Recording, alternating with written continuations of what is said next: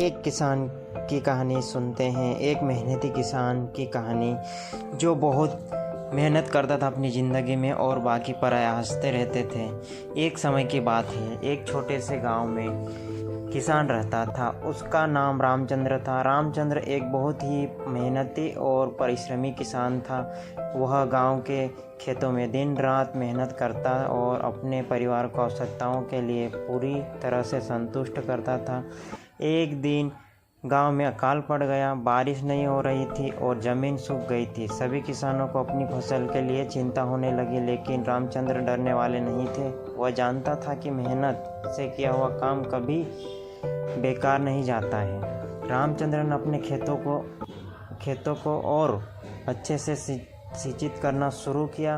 वह रात दिन मेहनत करता रहा, पानी की बचत करता रहा और पौधों की देखभाल में विशेष ध्यान देता रहा। दूसरे किसान उसे हंसते और मजाक उड़ाते रहे, पर रामचंद्र अपने लक्ष्य के प्रति सदा संकल्पबद्ध रहा। कुछ समय बाद बादल उमड़ आए और बारिश शुरू हो गई। रामचंद्र की खेती के पौधे जीवित हो गए और उनकी फसल बढ़ने लगी। वह खुशी से झूम उठा, क्योंकि उसका मेहनत और धैर्य उसे उनके सपनों की प्राप्ति तक पहुंचा रहे थे।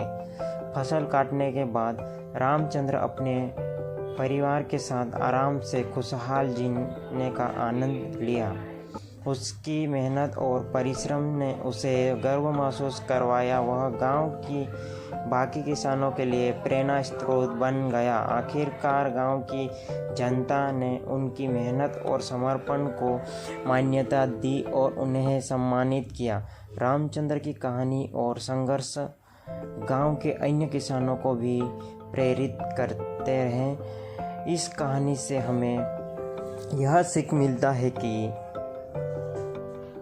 मेहनत, परिश्रम और समर्पण किसानों के लिए अत्यंत महत्वपूर्ण है। यदि हम मेहनत करें और परिश्रम करें तो हम सफलता के लिए मार्ग पर चलने में सफल हो सकते हैं।